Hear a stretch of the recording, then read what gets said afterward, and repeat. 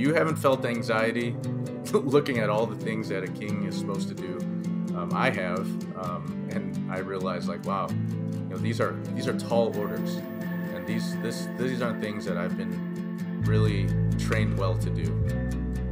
Welcome to the Crucible Project Podcast. The Crucible Project is a nonprofit organization committed to creating a world of men and women who live with integrity, grace, and courage, helping them to fulfill their God-given purpose. This podcast will discuss important and sometimes difficult topics while delivering practical life applications with men and women who are currently practicing this work. We are igniting Christ-like change in men and women through experiences of radical honesty and grace.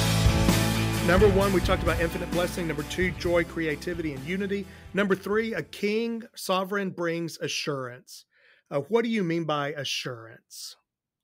Yeah, another huge function of the king, similar to what we just talked about, that, you'll have some level of joy, usually when it's a hard situation or a hard task that has to be done when there's a lot of disagreement. You'll have some satisfaction that you're getting it done together, but you may not be happy all the time. You may disagree with your teammates, your leader, the king, the queen, and you may not get it done perfectly as planned. But when you stay united and there's lots of blessing and everyone was consulted and heard, and there's still trust and you made it through, there'll be some level of assurance. And ultimately, that's what people need anyways. Bottom line is just to know that it's okay. Yeah. And how can a king or queen be self-assured in going forward and not being a dictator, but being a leader? How can I be self-assured and not be arrogant, or it's going to be my way in an egotistical way? How does a king become self-assured and lead in a way that brings assurance to others? Yeah, that's great. And this ties into some of the other functions of the king. First thing I think of is counsel, is getting multiple perspectives. And I think the spirit of that is one of the things we talked about, the spirit of being united, right? Not even with your enemies, even listening to the people you disagree with, or they disagree with you, or they're even trying to actively sabotage you in the kingdom. Well, bless them. Let's use it as a gift. Let's hear what they have to say. Let's consider what they have to say. So that's where you get counsel from everybody, the lover internally as well as externally, the risk manager in your company as well as inside, the wise man, the warrior, or the warrior who's trying to set up defensive mechanisms everywhere, again, internally and externally on your team, in your kingdom. And God, you consult God. You consult the policies that have been set, the routines and order. We're going to talk about order, the routines that have been set already, the rules, the history of the team, as well as your relationships with God. So you do all sorts of seeking counsel and checking reality, trying to get reality checks.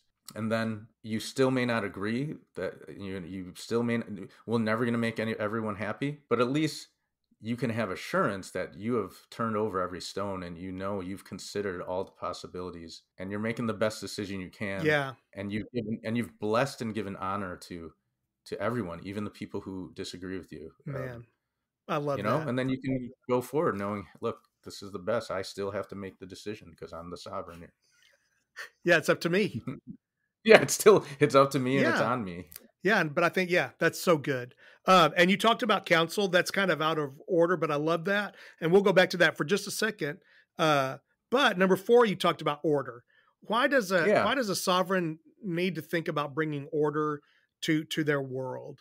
Yeah, a couple things. Like I just mentioned, that is part of where the assurance flows out of. You have routines in your organization, in your family, in your own personal life, in your internal world. You have routines, you have rhythms, you have rules, agreements, expectations, you have schedules, you have budgets, you have a health plan, right? So these are just some foundational things. People like to know what to expect, and including yourself. We all have different levels of where we like to know that we have somebody has some control, some sense of control, some sense of expectation. Nothing's ever perfect or No one's ever all knowing, but some sense of what we can expect, even if it's like, hey, we don't know what to expect, but we want to know what the order is, so that that provides some level of peace and assurance, because I'm not wondering, I'm not confused, I'm not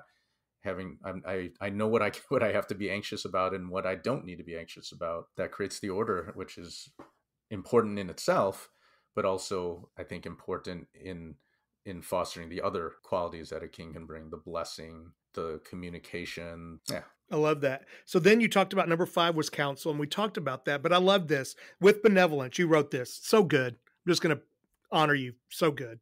With benevolence, the king honors all his advisors and seeks counsel, even from those who disagree with him. Dmitry how do you say that? Bilgari, thank you. Wrote about level 3 emotional intelligence. A healthy king is at a level 3 or 4, free of the rule of his own emotions as well as the rule of other people's emotions.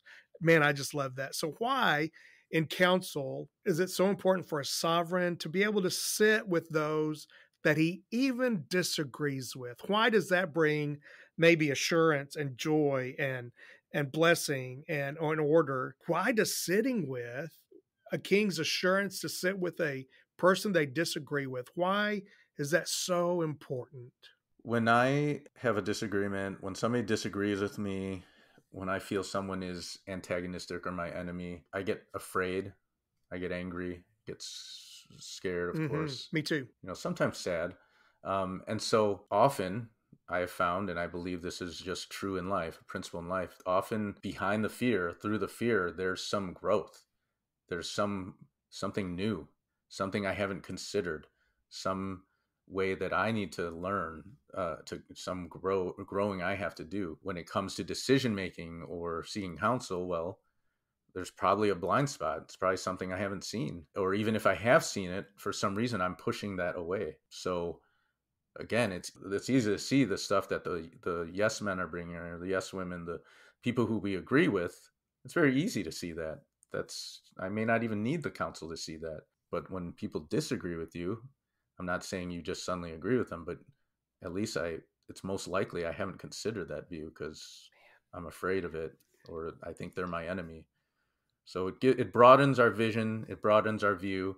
And then also on a leadership level, if we're talking externally, and I guess internally too, it gives us an opportunity to invite that person into the kingdom, to integrate them into the community, whether it's out externally on an organization, a team, in my classroom, or internally. If I have this part of me that I've exiled, that's my enemy, well, okay, well, what have you exiled him for? Maybe he's a valuable part that, deserves love also and deserves honor as well. Yeah, I love that. And again, I think if you are a good king, and I listen to all these, and I know these are all, the things we want to be about.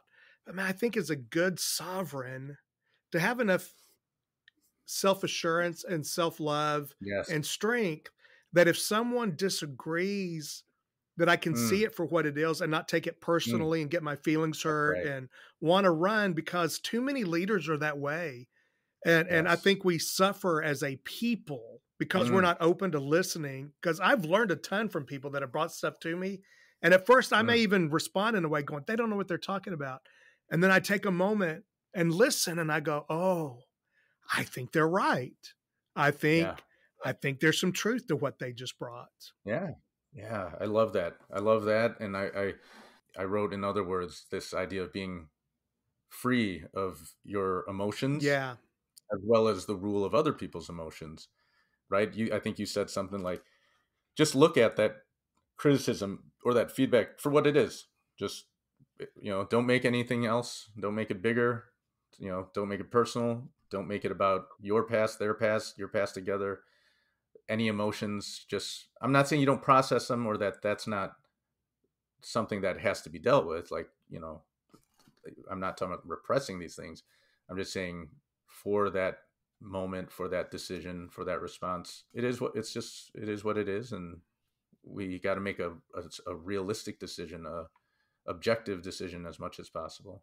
Absolutely. The next thing you brought up, number 6, is decisiveness. Man, why is it good for a sovereign to be decisive? So yeah, all these things, all these different functions of the king, they all foster one another. One of the main functions of the king is to bring assurance to people, help the kingdom to find peace, help the kingdom to sense safety and order, to be able to experience blessing. I'm sure you've experienced it. If you're waiting around for someone to make a decision, even on a small level, when we're trying to figure out what to eat with me and my family and my kids, I mean, let's just do that experiment. If you haven't already experienced it, just think about, why don't you take an hour to decide what you guys are going to eat, and the whole kingdom is going to melt down. It's going to be a total nuclear meltdown. In the old days, now I'm going to date myself.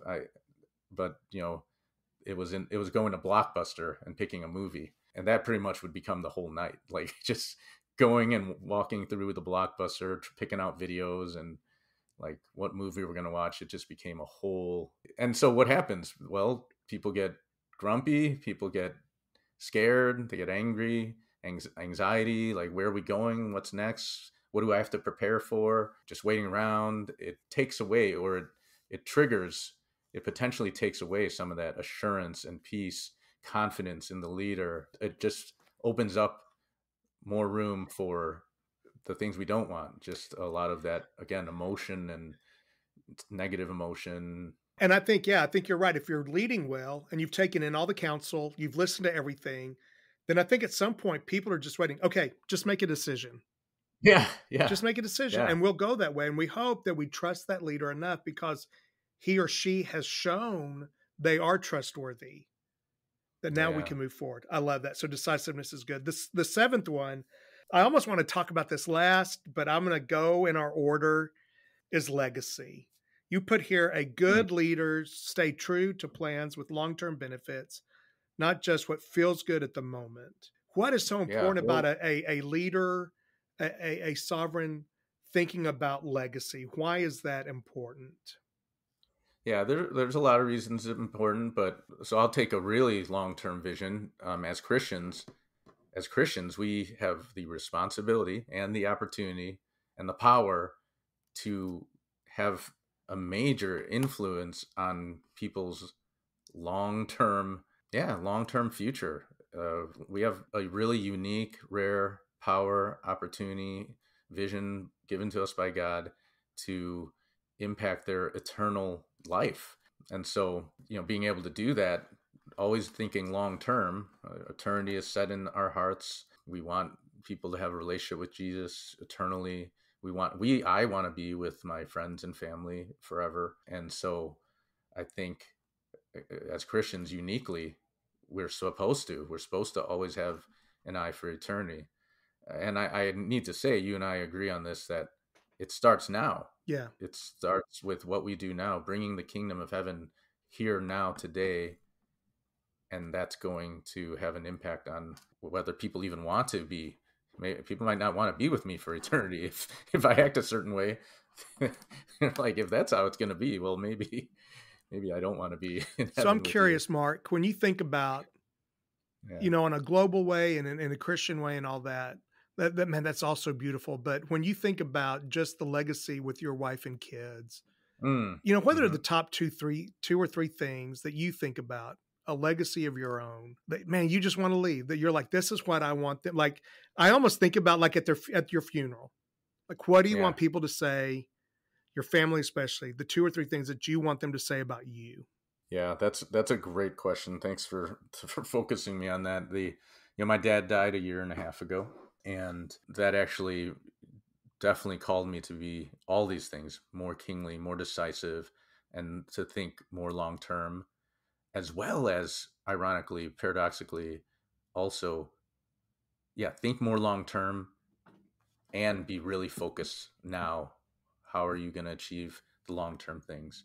And of course, with big things like this, with death, anything that reminds me of death, it really does a good job. It really got me thinking about, what do I really care about? What do I really value?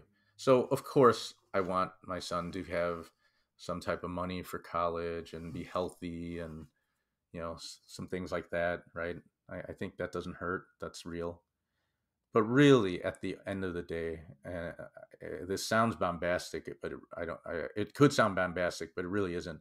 Like, I would rather my son be in jail and saved for eternity, seeking and struggling to have a relationship with Jesus, than to just be a successful guy walking around lost, not knowing who Jesus was, not interested in God.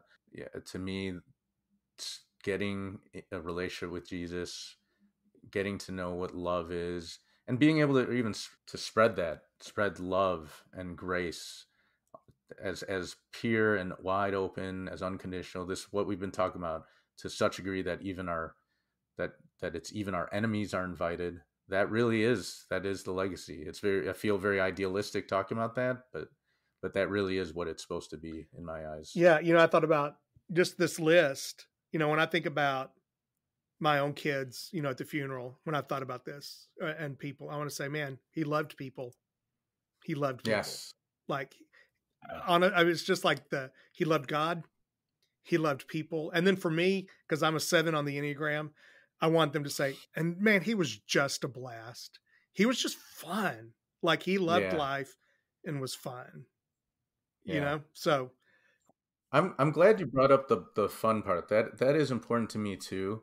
And I propose to you or to our listeners, like that is a part of love.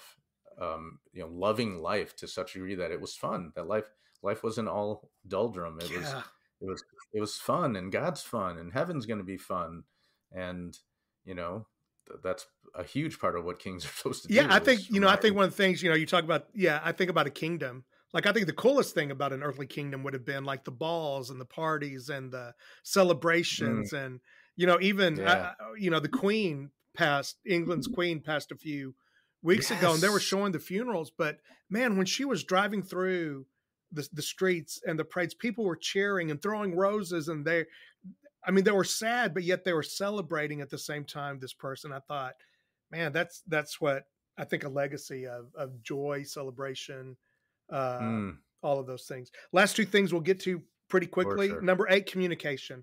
Why does a sovereign need to communicate well? Yeah, all these things, right? We can have all these, they all build, right? All these functions build on one another. But just imagine nailing it on all of these things, nailing it on blessing, nailing it on order, counsel, legacy, decisiveness. You're nailing it on all those, but like the people are confused. you could, all these things are happening in your mind, in your heart, to some degree they're happening, but people listen to you, or they see the way they listen to your body language, they listen to your words, they listen to your marketing, and they are confused. It's going to really, it could do at best, it's really going to lower the potential. Like the message of love, whatever it is, the message of love is not going to be clear. There could be anxiety. I don't know what the rules and expectations are, a lack of order and assurance, which will eat into their sense of joy. Blessing might not be clear. They won't know exactly if it was a blessing.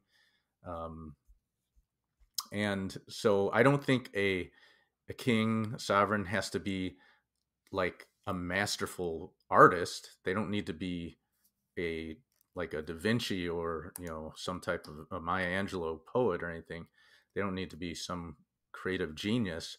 But I think the messaging, whatever it is their kingdom is about, has to be the values, the messaging has to be very clear, concise, and easy to replicate, easy to send through the kingdom to each person. And then additionally, I think good leaders have to be willing to communicate in any mode that is going to help every individual get the message. No one left behind. Yeah. So whether it's just a great video or a great slogan, or one-on-one. Hey, this person, everyone's getting it except for this person. Well, I'm going to go make sure this one person have a one-on-one, and I'm going to make sure they get it. Whatever it takes to get the message across. Man, I love that. And then the last one, and probably the most important, and they're all important, but the last one you talked about was a sovereign needs to be connected to God. Why is that? Yeah, well, I mean, I almost feel silly asking that question, but why is that? I don't know. Yeah, maybe it is. I don't know. Some way it is silly. But really not.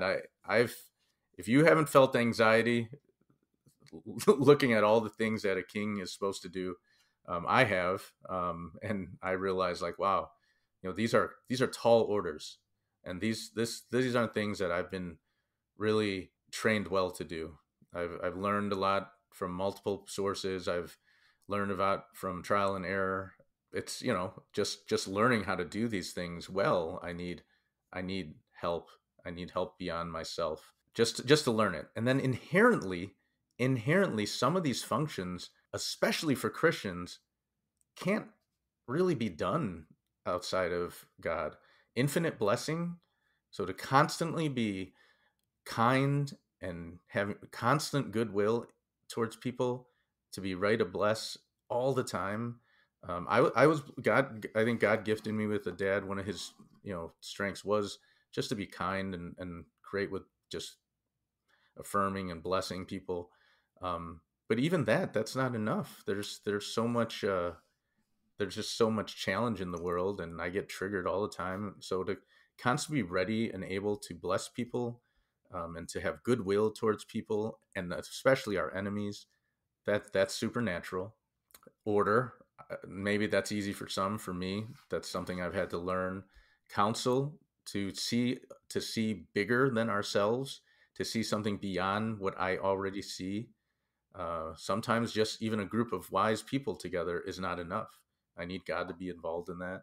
And then I think just inherently being a king, we represent kings. If you start from the history of kings all the way back to Saul, or even beyond, they represent someone, they represent something bigger than themselves. Yeah. So when people look at their leaders, ideally, when people look at their leaders, they're not worshiping that leader. Yes, we know that happens, leader worship.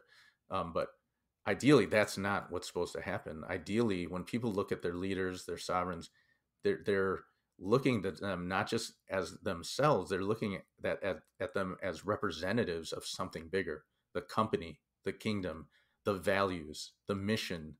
And as Christians, when people look at us, or we have the opportunity to be a representative of God, of Christ, of the value of the kingdom of heaven, the value of the kingdom of Christ. For me to do that alone, or even with a group of nice people, is not enough. Like, I definitely would need access to Jesus, the Holy Spirit, God the Father, the Bible, Christian people keeping checks on me. I need all of that from, all of God's Spirit to be able to do that. I can't do that on my own. It's like inherently, it just doesn't make sense. Absolutely. It's that supernatural connection. Because I think to be a sovereign, there's got to be almost a magical, mystical part of us to be able to do that. Yeah. Man, thank you so much for all of this. One of the things that, you talked about how your dad blessed you, and I think about my own dad who passed, several years back. But my last conversation with my dad ended with him telling me, I love you. You are a great son. You are a good father. You're a good man. That's the last thing he gave me was a blessing. Wow. And I'll never forget that. And I just think about, for all of us, as we're living as sovereigns, kings, queens, people, just think about what the last thing people are going to hear out of our mouths. That's what they'll remember so many times. And how much better will it be for it to be a blessing than a curse, and to live in a world that we want to be in? Man, this is so good, Mark. Thank you so much. Anything else you want to say as we wrap up? Well, a little bit thank you. It has been a huge blessing.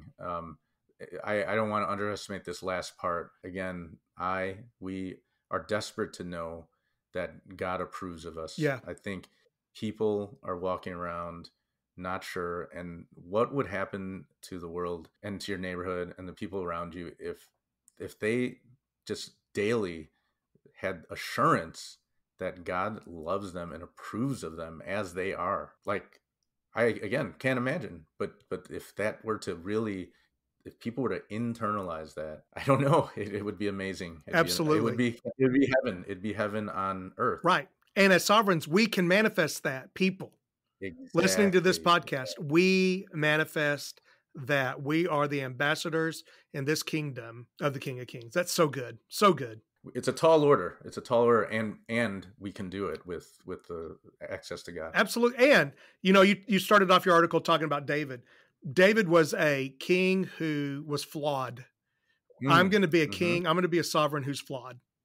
But at the end, God said that he was a man after his own heart. Flawed kings, flawed sovereigns, all of us I've been flawed in all 9 of these and other areas. But striving to be a good sovereign can bring blessing to a world that, you're right, desperately needs it. Desperately. So, and then my last question, I agree. My last question, what did you want to end with? What was you were wanting to end with something? I did. I just... why legacy? Yeah. The other day, and I'm putting it in perspective, but I've got a Zoom that I do with 3 young pastors. There's a bunch of us. And God just brought us together. It's such a long story. It was a miracle that we're friends, miraculous. It was a chance meeting with one, and now we're buddies. And I got to go to a wedding. And I texted those guys, and I said, I'll see y'all tonight. And one of them responded back, "My king, can't wait to see you." And I can't believe that he used that language. But I've been trying to be a sovereign and a blessing to them. And that he said, "My king." That's the legacy I want to live. I want to leave a legacy. Not that I'm the King of Kings, because he's the greatest, but that somebody would look at us and say, "Man, he led well." And so that's the legacy I want to leave. And I believe that's what you want to leave. Just a legacy. We're working on our legacy. And I think probably because I'm 59, I'm thinking more about the legacy more and more. Yeah. Amen. For sure. Well, hopefully we left a legacy for some of our listeners today. And absolutely. So folks, we will have as the notes for this podcast, the link to this blog post. Man, Mark, thank you so much. This was rich. I hope those who listen to it get as much out of it as I have. Yeah, me too. I'm humble and grateful, and definitely pray that God works through our humble offering here. Absolutely. Blessings to you at home. Go out, bless, be a sovereign, live strong, live in your strength, and know that the world desperately needs us. That's right. All right, brother. Amen. Thank you. For more information about our weekends, please go to thecrucibleproject.org. You can also follow us on Facebook, Instagram, and Twitter. Rate and review wherever you are listening, and subscribe on your preferred podcast platform. Also, don't forget to check out myjourney2.com for your free 2-week trial. That's myjourneyto.com. Thank you for listening.